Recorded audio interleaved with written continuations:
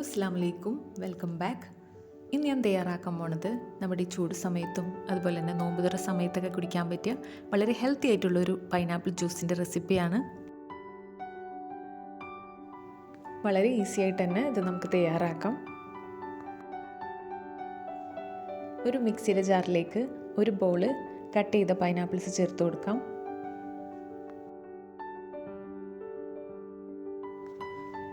ഇനി ഇതിലേക്ക് ഒരു ചെറിയ പീസ് ഇഞ്ചിയും കൂടി ചേർത്ത് കൊടുക്കുന്നുണ്ട്.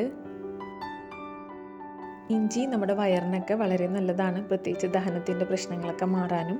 അതുപോലെ തന്നെ പുതിനയിലയും കൂടി ചേർത്ത് കൊടുക്കുന്നുണ്ട്. പുതിനയില നമ്മുടെ രോഗപ്രതിരോധ ശേഷി വർദ്ധിപ്പിക്കാനൊക്കെ വളരെ നല്ലതാണ്. ഇനി ഇതിലേക്ക് 2 ടേബിൾ സ്പൂൺ പഞ്ചസാര ചേർത്ത് കൊടുക്കുന്നുണ്ട്. പഞ്ചസാര ഇഷ്ടമില്ലാത്തവരാണെങ്കിൽ അത് ഒഴിവാക്കാം. പൈനാപ്പിളിൽ അത്യാവശ്യം മധുരമുള്ളതുകൊണ്ട് ജ്യൂസ് ഇങ്ങനെ അടിച്ചാൽ തന്നെ നല്ല ടേസ്റ്റ് ഉണ്ടാവും കേട്ടോ.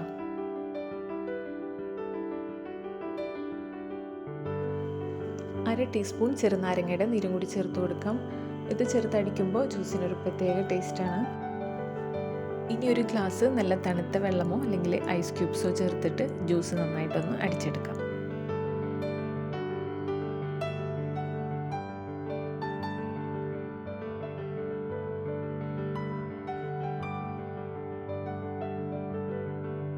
ഇനി ഇത് നന്നായിട്ടൊന്ന് അരിച്ചെടുക്കുകയും കൂടി ചെയ്തിട്ടുണ്ടെങ്കിൽ നമ്മുടെ വളരെ ഹെൽത്തി ആൻഡ് ടേസ്റ്റി ആയിട്ടുള്ള പൈനാപ്പിൾ ജ്യൂസ് ഇവിടെ റെഡി ആയിട്ടുണ്ട്.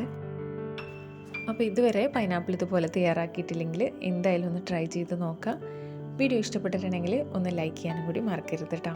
Thank you for watching table magics.